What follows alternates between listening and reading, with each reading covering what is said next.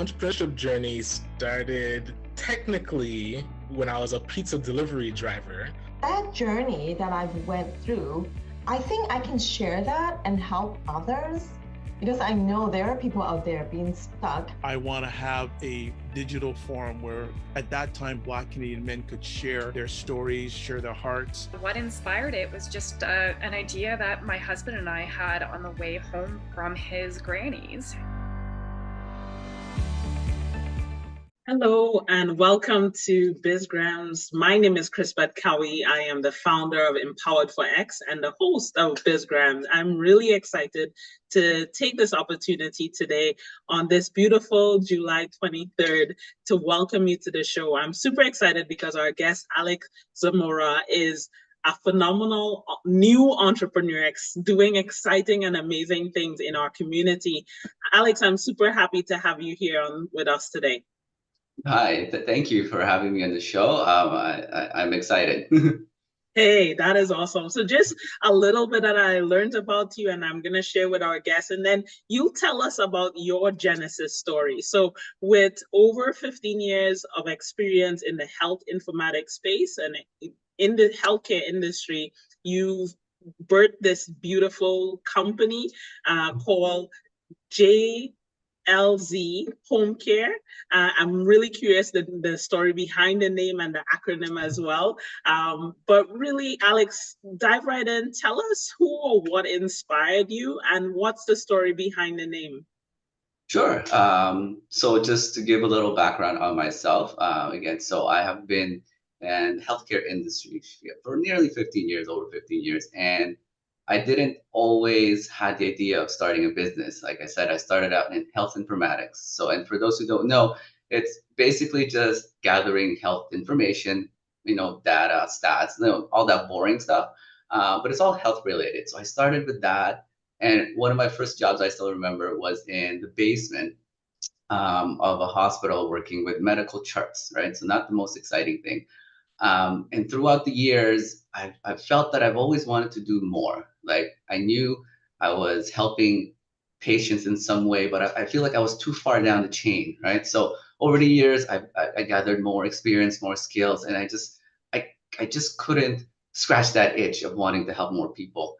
So I've worked in hospitals, even health insurance companies, all over the place, up until I believe it was during COVID, where I had, I guess you can call it midlife crisis. And I said, you know what? I want to become a nurse. And you're probably like, why? Why become a nurse when I had a cushy job behind a desk? Why jump into all that craziness? And I guess one of the motivating factors for me was my wife, who's also a nurse. She's been a nurse for longer than I have. And I saw how hard she worked, and I saw how happy she was doing her job, helping people in a more frontline capacity. And I said, you know what, I want to try that too. I mean, obviously timing wasn't the best. I didn't intend to start nursing during COVID, but I did that. I started going to nursing school just a year prior to COVID starting. So again, I had no idea that the world was going to be turned upside down. But at the same time, it gave me really difficult, but a very enriched hands-on experience working with clients, patients during the COVID times. I was in a COVID unit in a hospital, and I got to see firsthand, one, how difficult it was, how sad it was, and how crazy the world was really getting into. And at the same time, I saw firsthand the gaps in healthcare that exist. We all know they exist all over the place, but I think working at that unit hands-on, it really gave me a firsthand experience. Like there are gaps that we can try to fill, or at least try to fix, right? So fast forward 2 more years after that, I'm also working at a long-term care home, right? And unfortunately, those long-term care homes were some of the hardest hit during COVID. And we really saw how our health infrastructure is aging. It needs to be updated. And there was a lot of things, a lot of improvements that can be done. And it was only exposed during COVID. So again, I had another crazy idea, and I told my wife, I said, you know what, let's try to do something. She's like, what do you mean something? I'm like, let's try to build our own business, our own thing that we can do to help people the way we want to. right? And then we sat on it, for a long time. And you know what? In 2024, just this year, we decided to jump into it head first and said, you know what? Let's do it. It's now or never.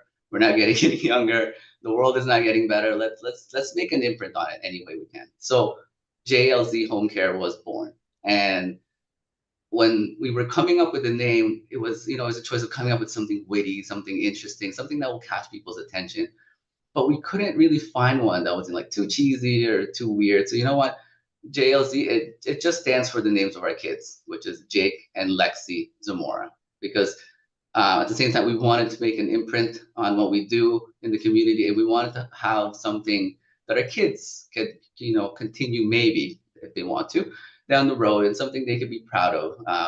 So this is something that we want to continue, obviously, as the years, and share our passion for helping people down the road, especially to our kids. So in a nutshell, that's our story.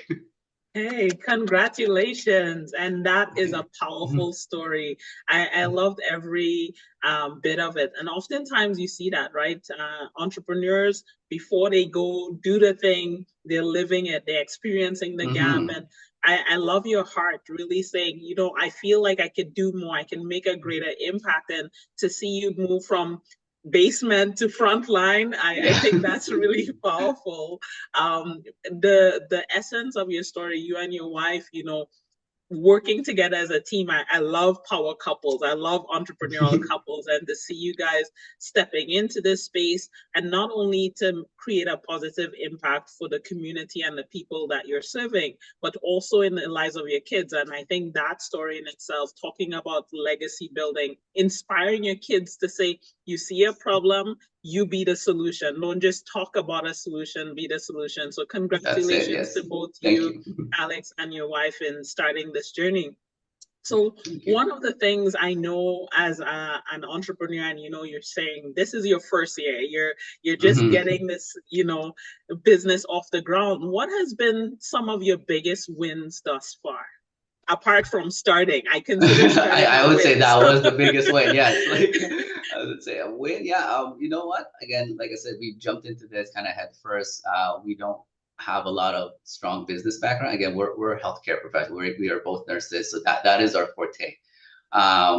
Business was something a little scary for us because you see everybody starting their own business, especially during COVID. Everybody had like a side job or whatnot, and we wanted to do this right. So I guess, yeah, other than actually starting the business, the biggest win is actually attracting employees, employees who think the same as we do, who kind of share the same passion, that it's not just another job for them, because everybody has multiple jobs, right? Let's be honest, lots of people need other jobs, but we always like to find people that has the same passion as us. And I think that's always a win, because it lets us know that we're not the only ones. We're not that crazy. Other people still want to do more for others, like the people like us still exist. And it's always nice to find these people and kind of have them join us on our journey. Hey, that is so powerful. And I love talking about teams all the time, because I know it's okay for the entrepreneur to have the big dream, move the dial, get things started, but realizing to accomplish the grand vision that we're oftentimes carrying, we cannot do it alone. So talk to me a little bit about, finding the right talent. I love that you said you see that passion alignment, people with the heart. So how do you find that talent? How do you motivate and develop that talent as they're working within your company? Right. So finding talent nowadays, it can be tricky, because there's lots of people looking for jobs. Like we got in the month, like our first month, I believe we got almost 400 applicants just for some spots. And it's our first time doing this. Normally we're the ones applying for jobs, but now that we're in this position, like how do we choose who the right employees are, or members of our community, of our team? So one of the first things that I like to do when you're trying to weed through 400 resumes is, we want to see a little bit of effort. We don't want to see like a copy and paste resume. Like obviously we like to see experience, but it's those little bits and pieces that we look like. What is it within your experience that will set you apart, or at least what will make you a good fit for us, right? Because no employee is perfect. So like there's going to be little bits in there that they're going to need to work on, but we want to know our main goal is to find passionate people. That's what it really is. And a good example I like to share with them is like I work in a long-term care home as well. And when patients need something, they press a bell, right? And when that bell rings, you're gonna hear an audible bell. You're gonna see a light like near their door, right? And I can tell who the staff is, who's passionate by who's running for that bell and who's just walking towards that call bell, right? They're both doing their jobs. They're both going to the client who needs help. But I like to see those who run there, who see an urgency, like, oh, they need help right away, so I'm gonna go run there, kind of thing. So that to me, it's like, okay, they want to try a little harder. They care just a little bit more than the other kind of employees. So those are the little things I look for. And then another thing I look for is during the interviews is like, again, stories, right? Don't just tell me how you did your job the way you're supposed to, but what did you do that was above and beyond your daily duties? And it doesn't have to be every single day, every single hour. It could just be like a few moments where they've decided, okay, I'm going to take this little extra time, right? Instead of just leaving food for the resident or the client, I sat there and kind of talked to them and tried to get to know them better, right? Even as simple as that, I take that to heart and I go, this person took the time not just to do their jobs, but to get to know that client better, that resident. And that helps a lot. That goes a long way because you're not just doing your job, you're forming a bond with that client. And I believe that down the road, that resident, that client, they will respond to that employee better because they took the time, even like 5 minutes, to even talk to them, even just like joke around with them. And I think that forms connections, right? And that's what we want to do. We want to form a connection with our community. We don't just want to go in and out and do our job. Everyone else does that. What do we want to do different? We want to provide personalized care, right? We want to connect to these people who need us the most. Yeah, I love it. And I think on surface, it's hard sometimes to check for that heart, right? Like, how is your heart towards the people you're serving? But it shows up in the activities that they're doing, right? I love that, attentiveness, because I'm sure, as you said, you're working in the long-term care facilities, and my mind goes to seniors, and seniors, oftentimes experiencing isolation, not having that sense of community. And it is a beautiful thing. I can tell you that I have seen when caretakers take the time, not just to rush and feed, but to actually be present with that person, to formulate those connections. And I think, it is truly wonderful to hear what you and your organization and your team is doing to really transform the healthcare industry. As you mentioned earlier on, you've identified some of the key gaps in the industry, and out of that came your business venture, which is really, really key and important. I love to talk to entrepreneurs about, finding that problem, need, desire in the marketplace, and then developing solutions to solve that, right? And one of the things that when I was asking about what are you additionally passionate about in terms of doing with your organization, you shared that you all are also looking to radically change the way that you're contributing to the home and housing crisis that exists in Toronto and beyond. I think your business idea has the potential to be leveraged for other communities. So talk to us a little bit about the shared living, idea and opportunities that you're proposing to help address this real problem in our community as well. Of course. So again, our main thing is home care, right? We bring our staff to the homes of the clients. That's one thing. And then another venture that we're expanding into is the shared living space. Now, shared living space is not a new concept. It's a fairly new concept to a lot of people. Not many people know about it, but essentially it's the idea of transforming or retrofitting an existing property or house or space into a multi-dwelling situation. So instead of one family living, in a big house, we want to put multiple families or at least multiple clients in a house. So what that allows is, one, it gets some pressure off, hospitals and long-term cares, because we're providing space. And two, it allows them to to be in a place where they could call home, you know.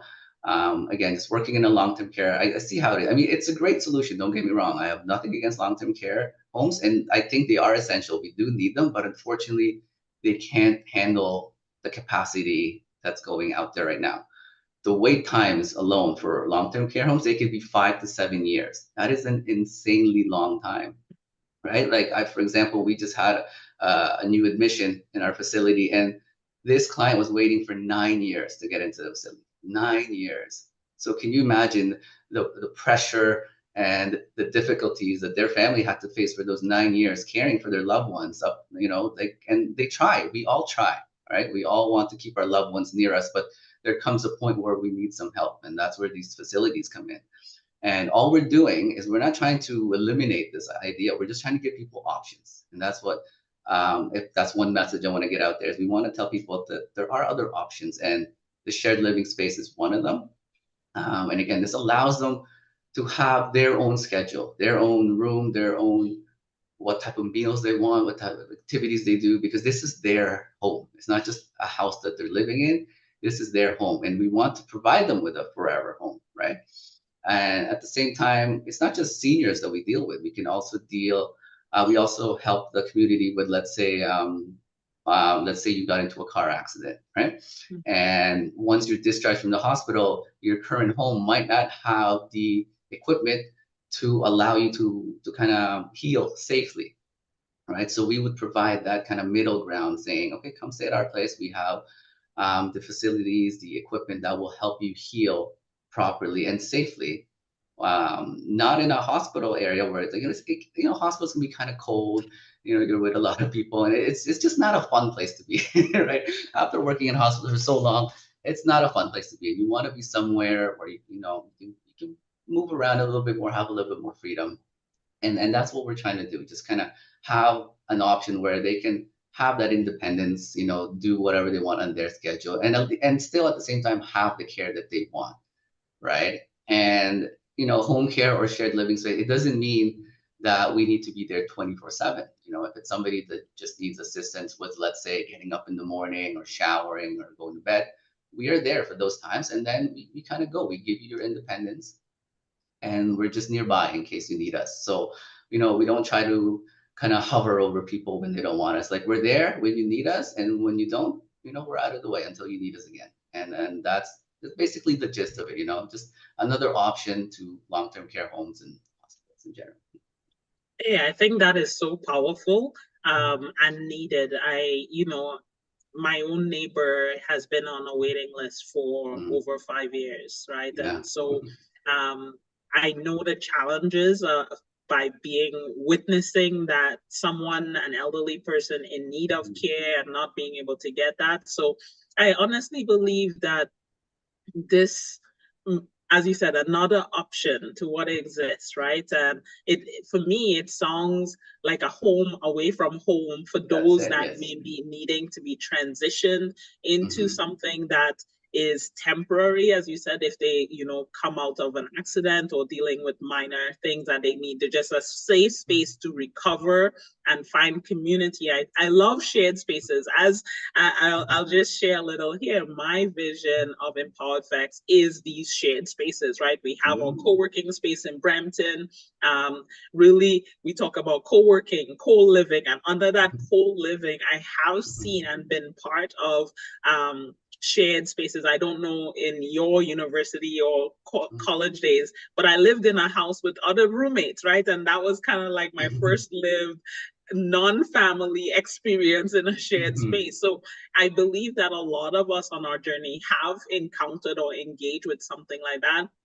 Now it's the time to really open our doors even further, break down barriers of, you know, intergenerational, intercultural challenges, and really form new and improved communities in this way. And I definitely believe that your solution or your ideas in this way, as they continue to grow and flourish, will create a positive impact in our community, because we need it, right? And you think about the housing crisis just for the regular, and when I say regular person, the person that's still working, you know, trying to find, you know, getting to and from work, and they're struggling to find rental units right now. Furthermore, if you have, you're aging, you have a disability, you have any challenges, the housing opportunity there is even more dire. So I think you definitely you all have strike something, and I look forward to learning more and finding ways in which we can help to promote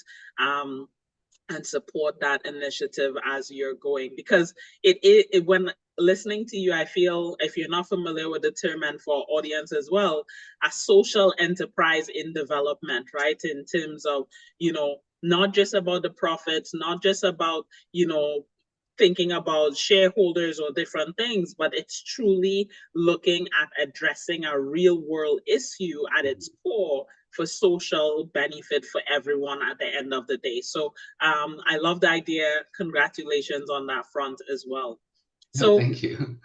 Tell me a little bit about some of the challenges. So sometimes, we spend, I'm winning. I know as an entrepreneur myself, every day is not a win, but we try to pull those lessons together. So talk to me about some of the challenges that you've experienced and the lessons that you've learned through those times. Yeah, challenges. I think one of the biggest challenges that we're encountering, especially in the beginning just of our journey, is I guess aligning ourselves with the right partners or right people around us. Because everyone has their own agenda, everybody has their own businesses, their own goals, and it's like it's always difficult to find out who shares the same goals as you, same ideas, and the same passion as you, right? So it could be as simple as finding the proper real estate agent, right? Something like that. Like there's tons of real estate agents out there, but how many people actually understand, like, for example, the type of property that we're looking for? Because that's also been a challenge. Even now that we're currently facing, actually, is trying to find the proper houses or facilities that can be turned into shared living spaces, right? Because just in a nutshell, we want to find just mostly flat, not a lot of upstairs and downstairs, just to help people. Let's say if you have a walker or a wheelchair, it's just to kind of help them easily. I mean, you can build elevators and lifts and whatnot, but the less modifications you do to a home, like we think the better it is, right? And finding somebody that really understands that, it can be tricky because we've worked with a few, and a lot of them were just, oh, try this house because this is cheap, try this house because it looks like this. But we're like, no, we're not after that. It's like, can it be used for the clientele that we're looking to serve, right? It doesn't have to be like a gorgeous looking house, like made of glass and metal. It has to be functional, right? I think. And a lot of people don't understand that. They're like, but this is a steal at this price. It's like, well, that's nice, but that's not what we're looking for, right? We need something functional, right? So that's like an example of like challenges we can face, and just trying to get our foot into the door, I guess, is also another challenge, where it's like there's hundreds, if not thousands, of other home care agencies out there. Like, what's going to set us apart, right? Mm-hmm. And I think that only will become evident through time, but we're trying to get our foot in the door, kind of thing, because we want a shot, and we believe that we can provide something that the others don't, right? Again, we are not the perfect home care company, but I think we bring something to the table that we do really well. And I think that's because, again, this company was started by two nurses. So our healthcare background, like, that is our forte, that is our niche. We are nurses first and business owners second. So, hey, that is really powerful, and thank you for sharing. And I think strategic partnership definitely is forever and ongoing. So it's important that, as you said, that value alignment, mission alignment, that they understand who you are, right? It's not trying to make you become what they want to do or who they want you to be just for the sale. But I love the idea of keeping people grounded on the vision. We need something functional. We need something it's not for me, able-bodied perhaps, it's for my clientele that I'm serving. So I definitely could relate to strategic partnership, as well as you talked about, just trying to figure out finding your space in the market. And yes, your industry is saturated, and many entrepreneurs do face that real world challenge of, there's a lot of competition. I oftentimes, one of my mentors have shared with me, don't oftentimes look at your competition as the enemy, Chris-Beth. Think about competition. How could you collaborate with them? But yes, there are times where so many of you may be vying for the same contract, and it's to say, hey, how do I set myself apart? How do I find my niche? Niching is one of the main things. Maybe, yes, you have the ability to do all things in home care and in healthcare in that way, but narrowing the focus, really speaking to the one pain, one problem at a time to distinguish yourself in that way, and finding you're doing it. And as you said, it comes with time, momentum. I will just share, keep getting those testimonials and sharing those testimonials. The visibility, the more people know about you, like you, trust you, the more things starts to build momentum in this way. So you're on the right track, showing up to spaces like this. So, getting your face, your name, everything out there. The first stage of marketing is awareness, and that is a huge area early stage companies need to spend a lot of time. How do we bring awareness to our brand? And I think you're doing the right things in that way. So my last question, or one of my last questions for you, is just if you have any advice. You shared so much already in terms of advice you might have received from other peers or people in the industry, or from you and your wife, the power couple conversations that you're having, things that have inspired you to keep going forward on your journey. I guess in terms of advice, one of the things we always say is you have to seek out others who know more than you do, right? We always try to learn from others who's done it before. Excuse me. And like you said, like, don't be afraid. Don't see everybody as your competition, but like learn what they've done, and maybe find a little piece of that and do it just a little better, right? Improve on that a little better. But look at their journey, because not everybody becomes an overnight success. It's not a short-term thing. Everybody starts from somewhere. You got to start from somewhere, and you have to, like, especially in the beginning, it's hard because we're like, how did people get there? Like, the beginning is very hard, but they must have started somewhere. How did they get their start? Who did they speak to? What resources did they tap into? So it's always finding people who are smarter than us, right? Like, we don't want to be, because if we were the best out there, then there's no need for others, right? But we're not. Like, we want to learn from those who have achieved success, and just even a little bit of advice from them. It goes a long way, because I'm 100% sure they can impart some wisdom that you may not have known of. It's something that you can't just Google, something you can't just ask a computer to solve for you. It's that connection with these people and just learning how they did it. And I think another advice I would say is, like, don't look for the perfect opportunity to do something you really want to do or you really love, because it will never happen. If you try to align every single planetary system, every single chance, it won't happen. It's almost the same as waiting for, if you're waiting to win the lotto. Like, it's just not gonna happen. I mean, it's nice. It would be nice if everything aligned, but it's not. So it's just like with us, we wanted to do this for a long time. And same as we wanted to wait for the perfect solution. We're like, oh, we'll wait for the kids to grow up. We'll wait for this, but it's not gonna happen. Let's just do it now. And you make every day work, like you said, with the wins and the losses. You make everything work. Not every day is gonna be easy, and at the same time, not every day will be hard.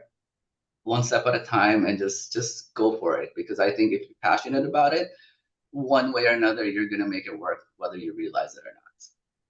Hey, that is so powerful, and thank you so much for sharing that. And as you were speaking, it reminded me as well. It's like, seek the wisdom and just trust the process, right?